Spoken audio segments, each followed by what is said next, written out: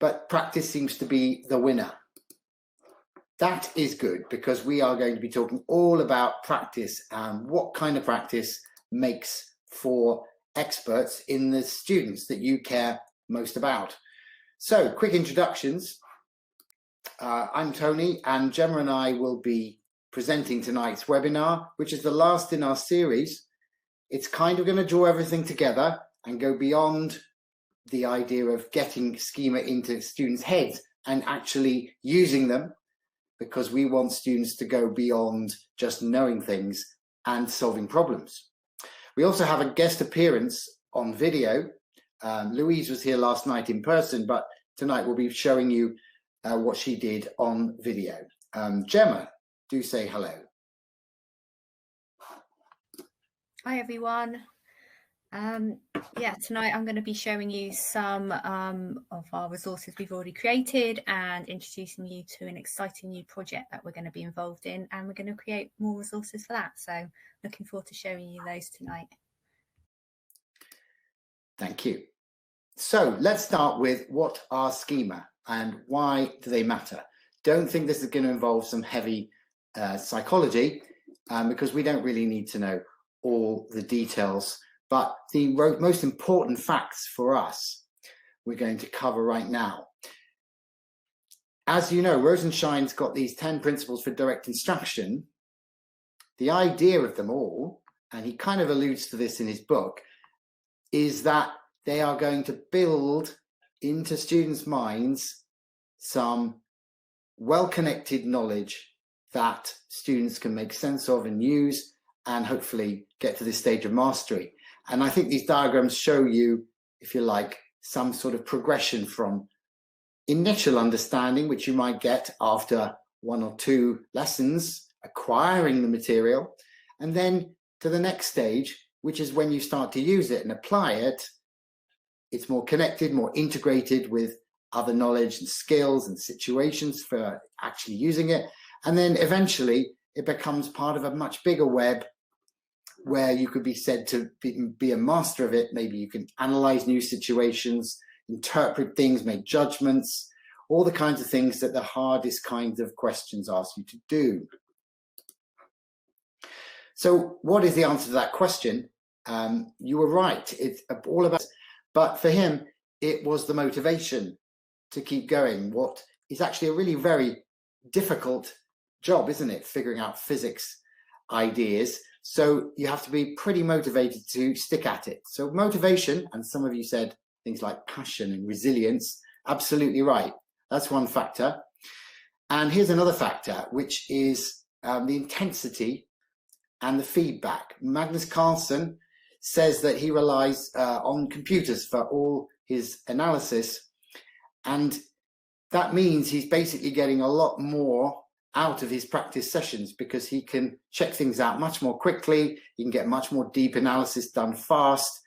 So he can test out his thinking and ideas really well. So in other words, he gets a lot more practice for his money and for his time. And this became a big phenomenon, perhaps about 12 years ago, through this soundbite, 10,000 hours to become a master of your craft. And it was the result of decades of work, actually, by Anders Ericsson, who just actually passed away this summer. And his idea was that the way you practice, and it's a special form of practice that he called deliberate practice, focused, hard, intense, year on year, getting better, that's what made real experts in fields from music, sports, and chess.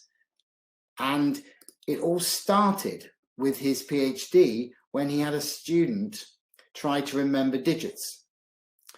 It's worthwhile thinking about this example. A graduate initially could remember what you and I probably can remember, which is about 7 plus or minus 2 numbers. That's the classical finding. But when Ericsson did it, he found that his student was unusually persistent and resourceful, and every couple of weeks he would make a breakthrough and manage to figure out ways of learning longer strings. And over 2 years, he reached 82 digits presented about 1 per second. It's absolutely phenomenal, isn't it? And now that's been way superseded by other memory experts. How is that possible?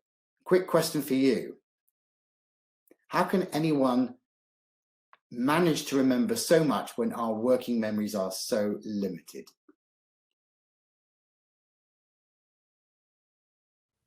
Tony, is it possible for you to turn your video off? Because some people are having problems. Thank you. Yeah, I'll try and see if that makes a difference. Okay. You can tell me if that helps. So the question is, can you imagine, you can't remember 82 digits, but how do you think it's possible for somebody to do that? Okay, we have some ideas. Create a story. Train techniques, chunking, very good. Yes, you all got the idea. So basically, what the researchers were doing was realizing that people were able to learn techniques, and in fact, they weren't actually using any bigger working memories. They were just storing more information about how to remember, how to make sequences out of those digits. So in fact, they could break it into still only 7 chunks, even though it's 82 digits. It ends up being 7 chunks because of all the information you've stored in your long-term memory. So that really is the secret to difficult problems, is being able to bring to bear on it everything you've stored in your long-term memory. And what that means is creating these schema. And here's the classic research that shows you why a schema are important in memory. When people were asked how many, one slide, that whatever's in long-term memory doesn't need to be processed in working memory. It doesn't need to take up space in working memory. So that gives you more space for solving problems. And deliberate practice is a way to build your schema, to build these memory structures for everything you need to solve problems. So this diagram helps because maybe you're thinking it's just the science ideas and perhaps the inquiry skills that students need. Well, no, because our thinking systems involve more than that. There is the motivation, which you've already identified, because that's what sets everything else in motion. Then there are obviously thinking skills. You have to reason and make inferences and analyze. And then, of course, you need something to manage your thinking, which is what we call metacognition. And so you need to acquire things through learning, think about them, manage your thinking, and that system basically develops. All of the components get better and better the more you do this kind of practice, this difficult, long-term, progressive practice. And that's how novices become experts. And the arrows going from expert upwards suggest that, in fact, it's a circular process. So you become expert at one thing, and then you can go to the next thing. When you're a novice at the higher level, you then become expert at that, and so it progresses. In fact, this view of Sternberg's that intelligence is really just another way of talking about expertise in particular areas is rather exciting. Have a look at the quote.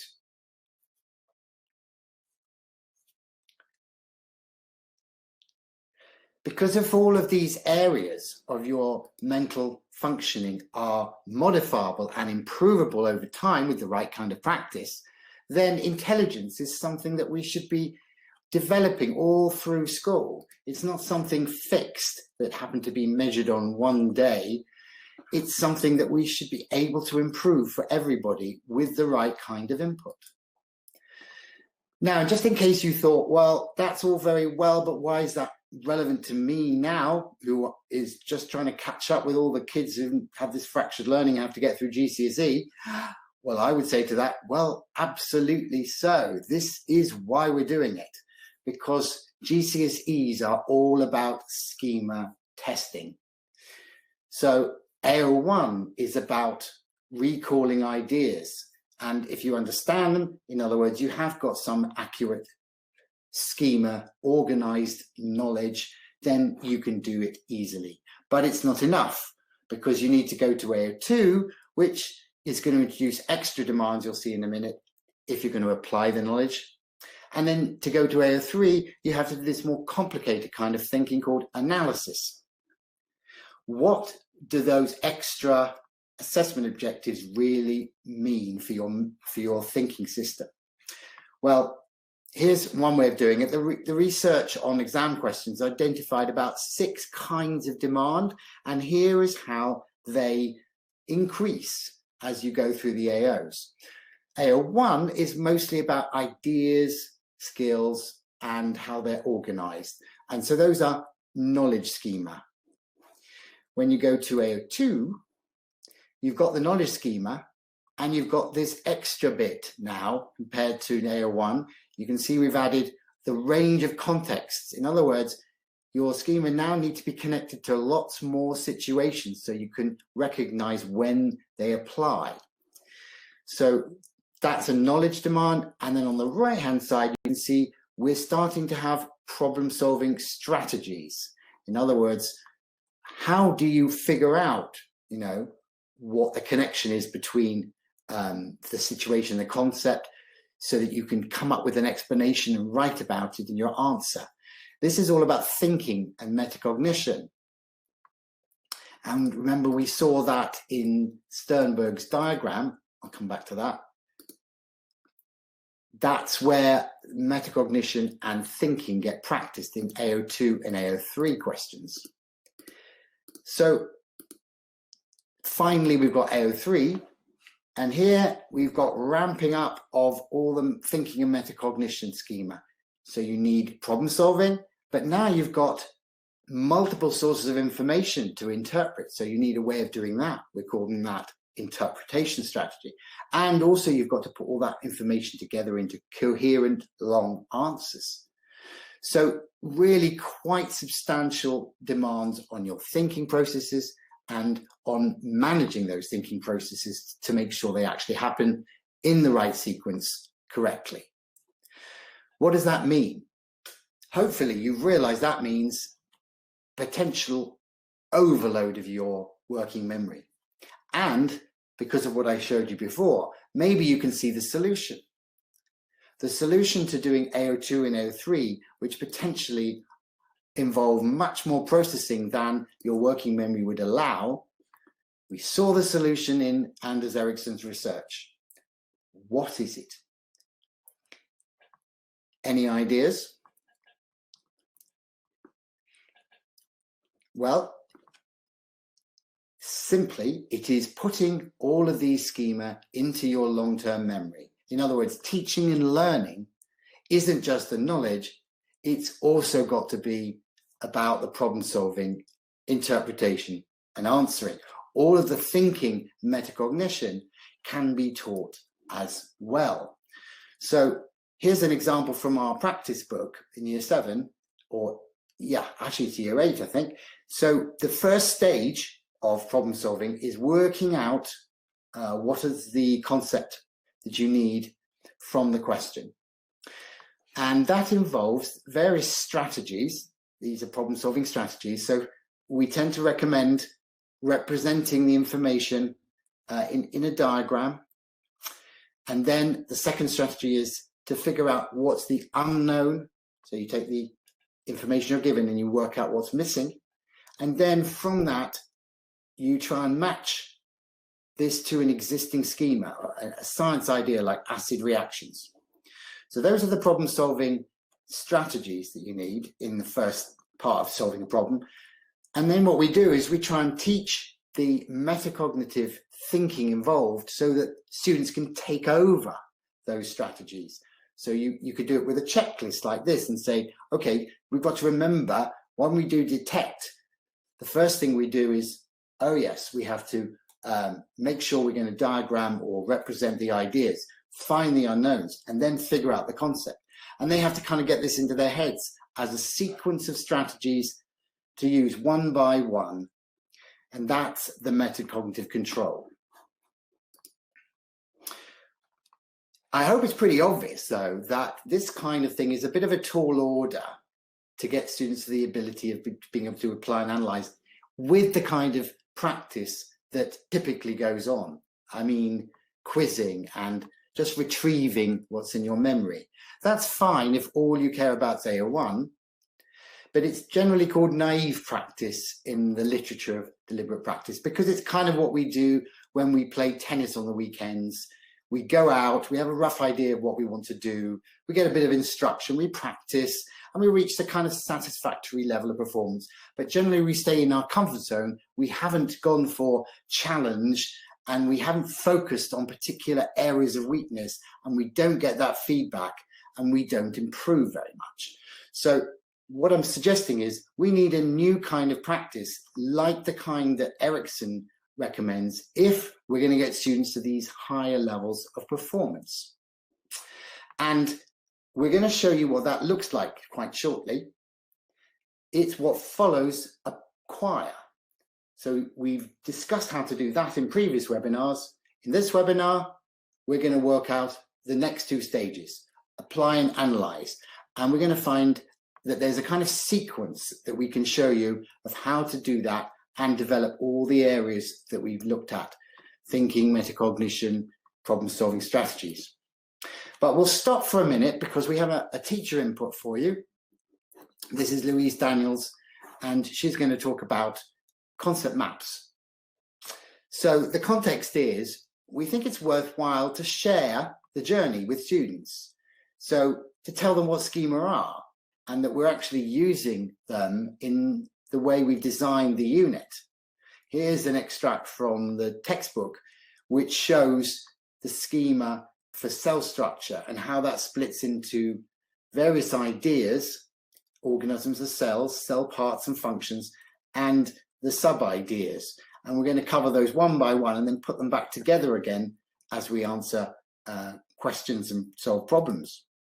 So here's how Louise is using schema to help her students build the knowledge connections. I'll hand over to her, and I do want you to tell me in case you can't hear.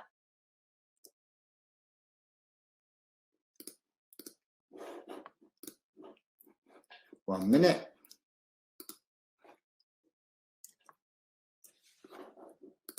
I've started to use concept mapping again as a tool in the classroom to try and get students to make connections between different key concepts. I've put together a couple of slides that I'd like to just show you and talk you through. Okay, so that just introduces me, but let's just go to the next one. So what is the concept map strategy? You'll see that there's some images on the slide currently, which is often the starting point for the work that I do with my students. Now, a concept map, as you can see, is very similar to brainstorming or thought showering, because what we're trying to do is get students to consider the key concepts or ideas that are being taught and being learnt in the classroom. The biggest difference, however, of course, that you can see here is that concept mapping will require students to define and show how those concepts relate to one another. As Tony's already mentioned, we're looking at the links and connections that might exist in their heads, but obviously in our heads and in textbooks, and what we hope to read in assessments that they complete.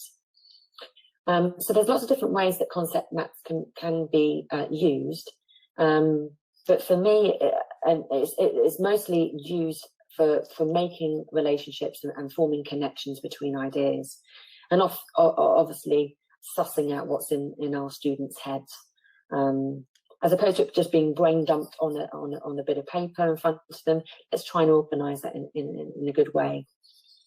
So on this particular slide here, it just talks about, or just shows you when I tend to use them, or when I've used them in the past, and where I've started to use them again. Often a very good tool to use at the beginning of a topic. So when you're delivering a new key concept, you want to find out what students already know. So what their prior understanding is for a particular key concept, because there will be some prerequisite knowledge that you hope and expect them to have, but this is quite a telling exercise if there isn't enough there going on in your students' heads. So I will use it at the beginning, but obviously it's a good tool to use throughout the delivery of a unit of work, because there'll be new connections that you will be wanting to reinforce, or certainly that students will be able to tell you that they've made when a unit of work has been taught. So pulling all key concepts together, so it means that they're able to prepare effectively for assessments, so revision is a really good tool, and even actually beyond assessments, I would use the concept mapping tool. I just want to show you that the starting point often that I will take with some of my groups, depending on how they're coping with a particular topic. And on this particular slide, you'll see that I've got on there some key terms connected to a unit that I delivered to a year group recently, my year 10s, in fact.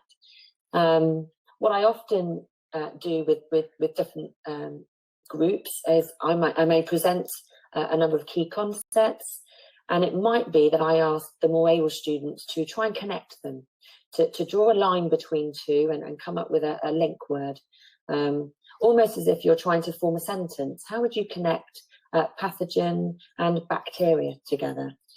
And I guess the good thing about concept mapping is that you can scaffold. If you present the key concepts or key terms, as you can see now, without arrows or lines, for one group, you perhaps could do it for another who might struggle initially to see where there could be connections between key concepts. So I guess there's a level of scaffolding that you can put in or take away, depending on your particular group. Just to emphasize as well, with this particular one that you see on the screen, I like to use color coding. And color coding often is a really good way of helping students to memorize facts. They use highlighters, so highlighting in pink. Take a photograph of those pink concepts or ideas and try and in your brain visualize those again when you're trying to demonstrate your understanding through questioning or assessment. So just to move on from there, you'll see that this could be an example of a finishing product for some students. So it could be that they might connect, as I say, virus to smallpox, and it will be as simple as saying that's an example. But connecting Jenna at the bottom there, bottom right-hand side, to vaccination, you would know that he's the father of vaccination. So these are sort of basic ideas, basic facts, and ideas that you want to challenge your students and say, is this correct, or how would you challenge me on this particular connection? Why is this one not right? But just to sort of start to conclude this section of the webinar, how I would use them. Well, I would use them in this particular way. I'd use it as part of a direct instruction sort of lesson. I'd talk to students about the fact that we're going to be learning a new skill, which could be used in this lesson across all subjects. It's a skill that I expect students to engage with and to be actively working through with me. And I'd model the approach maybe with one part of a topic. And it's about engaging students and allowing them to see that this is a use.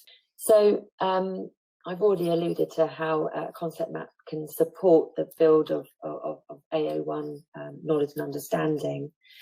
And of course, it's all about impact, isn't it? It's all about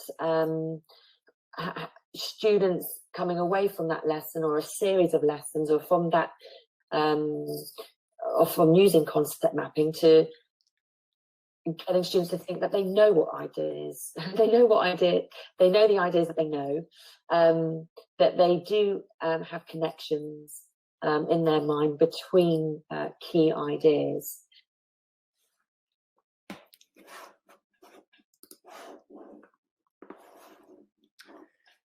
thank you very much to Louise.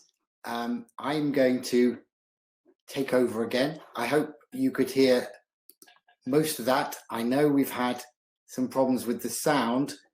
I'm not sure if we can do anything about that, except to say that if you do need to catch up, these webinars will go online once we finish them tonight.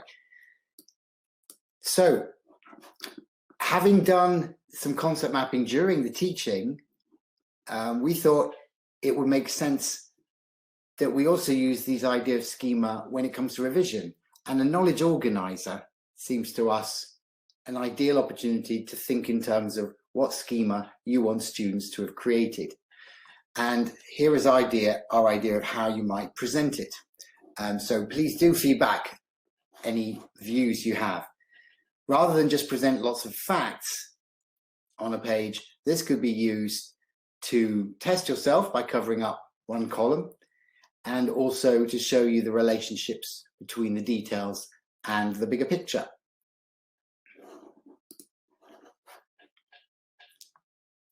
So here it is, in case you couldn't read it.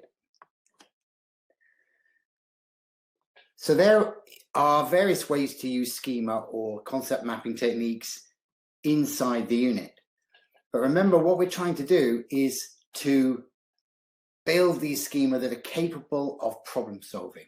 And for that, we need this deliberate practice and a system for doing it in science.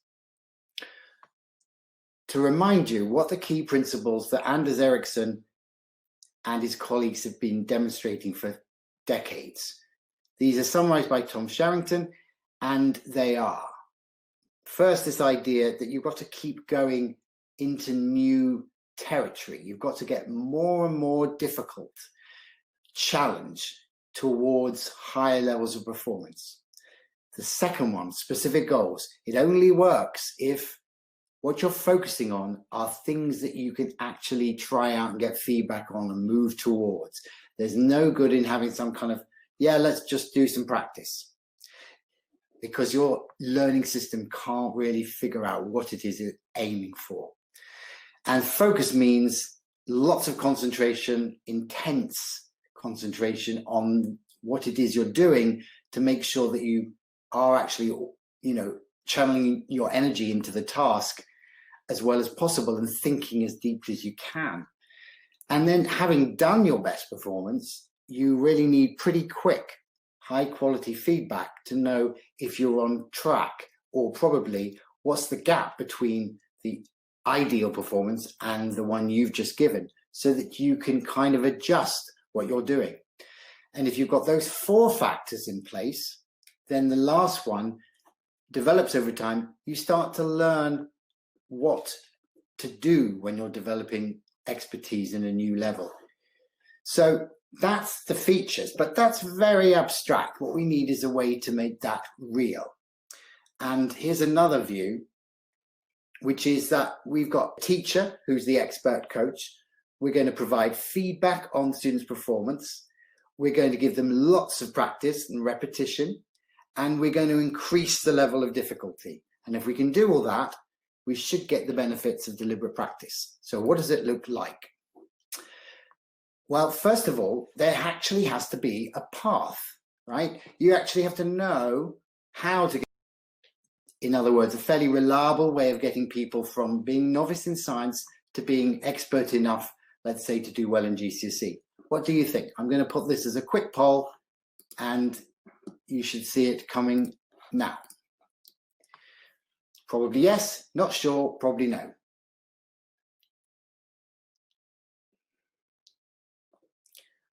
Do vote.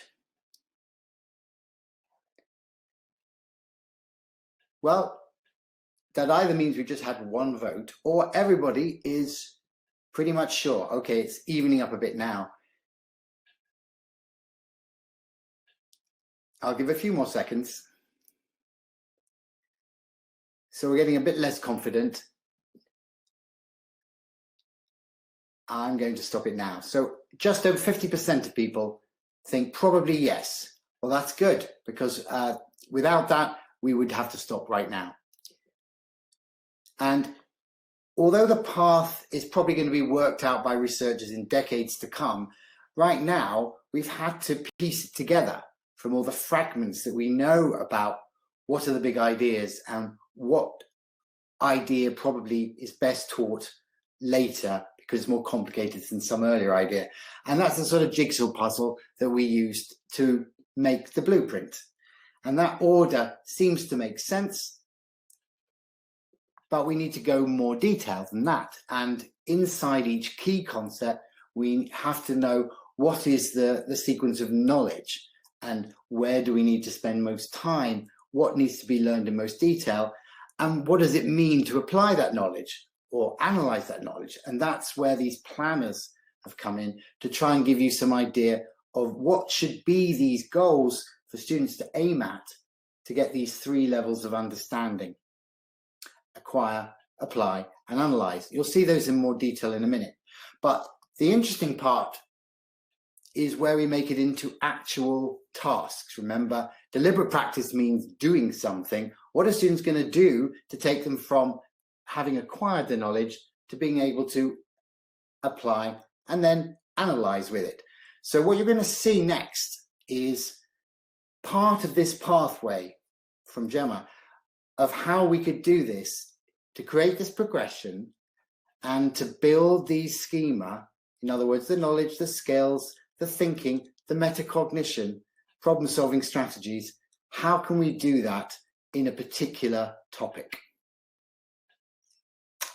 And on the left, I'll just point out that not only is there going to be this difficulty scale going from acquire to apply to analyze, but we're going to put in mini steps, because remember, we don't want to make the steps so big that the students can't jump them.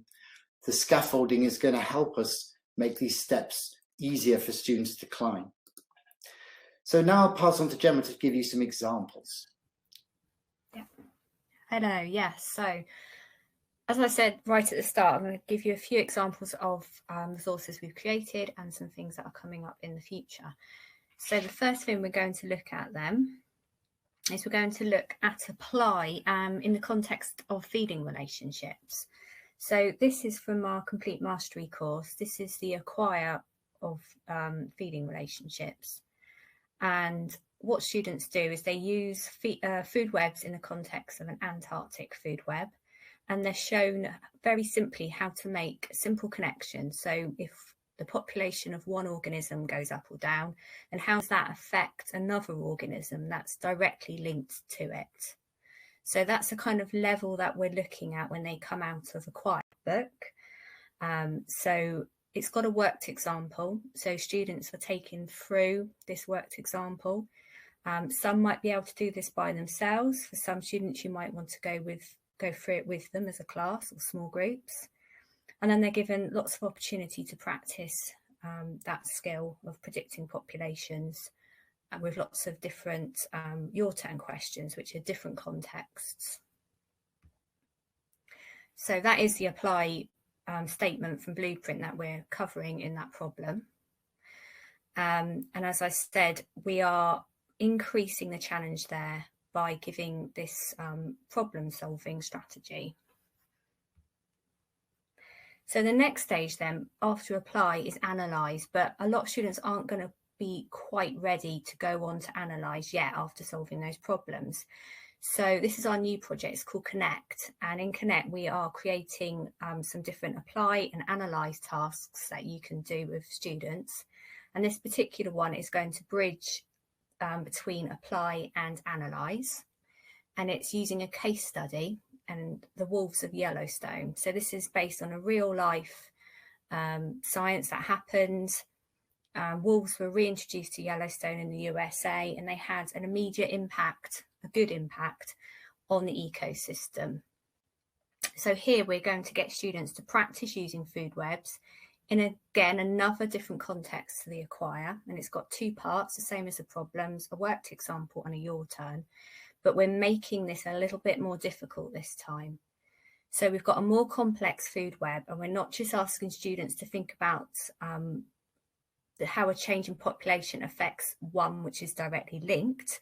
We're actually getting them to have a look at how that affects the whole food chain and making more links. So students are going to have to be shown how to do this because this is a new skill. So in the worked example, they're shown this using this context of the wolves in Yellowstone. And then again, they get this your turn. So they're asked, well, what would happen if we put wolves into this other food web? This is a UK food web. Because this is something that some people are campaigning for, to reintroduce wolves back into the UK as well. So what kind of effect might that have on the food web? So we're asking them to not just think about the effects of the deer, which are the wolves' prey, but also how that would affect the whole food web. So it's really important then that we can give students a fair assessment of how well they've done on a task like this, so you know as well how close they are to moving on to the next step. So we use assessment rubrics for this. So here's an example of one that you can use to assess that task I've just showed you. You can see that it goes up in score. So at score 1, students are not really linking ideas together. Typical response is wolves eat deer. And as you go up through the score, we're getting to a point where they're linking several ideas together, and they're using scientific reasoning. So at a score 4 answer, they're thinking about the effect on the whole food web, and they're also bringing in another science idea as well. So they might discuss biodiversity. So after you've got the assessment, you need to give corrective feedback for this. So a good feedback would have strengths and weaknesses, and it would also have how that student can go up onto the next level, and some probing questions to help them do that, to develop their thinking. So we've got another poll. Does your feedback that you give students have these elements?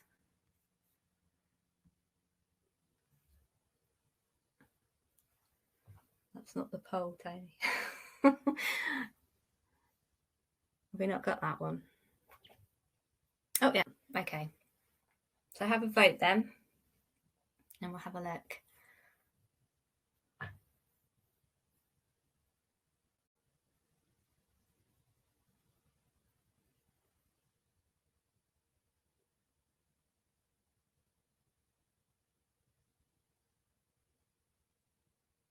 Okay, so it's quite spread at the moment.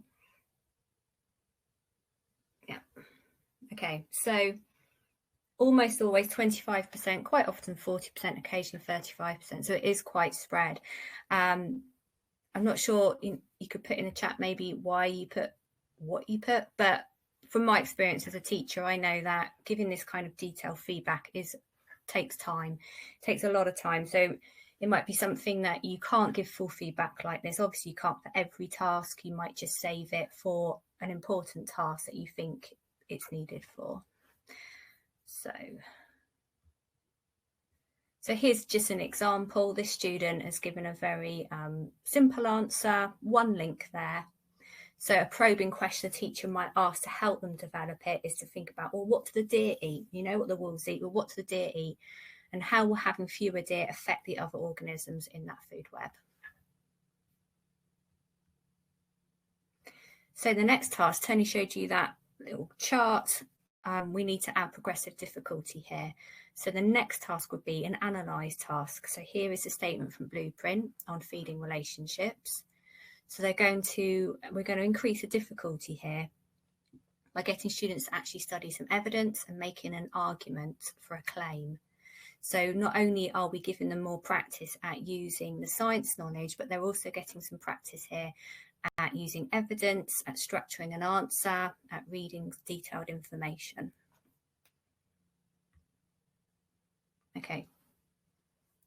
Have we got any questions, Tony, or should I go on to the next? I think go on. Okay.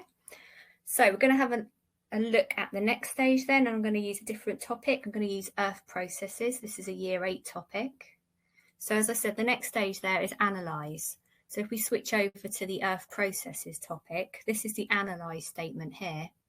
And what we're expecting students to be able to do is we're really ramping up the difficulty with these thinking and metacognition schema. We're asking them to solve tricky problems, to interpret a lot of information, and to make a structured answer as well, quite a long answer normally.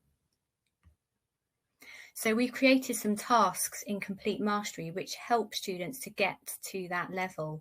I'm not expecting them to be able to get there straight away, so we're going to give them a bit of scaffolding first of all. So this is a task. It's all about rock armour, which is used to protect coastal erosion. And students are asked to choose a suitable material for the rock armour and explain their choice. And what they're given is they're given some data to analyse. So this is what makes this an analyse task. They're given some information as well. They have to work out what that means. And as I said, because we're helping them to get to that analyse, we're going to give them a bit of help, and we're going to give them this scaffolding sheet, which gives the detect, recall, solve, which they're familiar with from the applied problems to help them structure their answer. And we've also given them a few hints about what they can think about to help them structure it. And again, you can assess with a rubric. So this time, this rubric's focusing on how to assess a skill. So the last one was assessing knowledge. So the skill we're asking them to do is to write their answer in a claim, evidence, reasoning structure. So this rubric can be used to find out how well they structure their answer, which is a really difficult skill. So again, it's the same kind of thing. We're looking at students, are they making links? So they might be able to just put a claim, but they're not linking that to any evidence. And then at score 4, they're actually using a claim, several pieces of evidence, and linking each one of those using reasoning. So here is a typical answer that the student's given. So I just want you to think about what feedback you would give for this then. So thinking back to the strengths, weaknesses, how to go to the next level, and questions. So have a little think about that.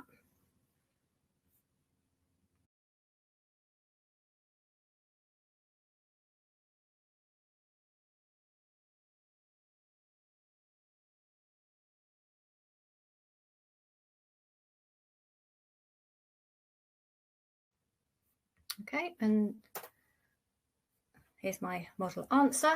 So this is the kind of feedback. You gave a reason, so that's a strengths, didn't include data, so a weakness. What you need to do to get to the next level, add more evidence to support your choice of rock. You can add in some scientific terms, so instead of saying wearing away, they could use erosion instead. And then some probing questions, so what does being dense mean for a material, and why is density important for rock armour? So if they think about those questions, and they're thinking about more evidence that they can include.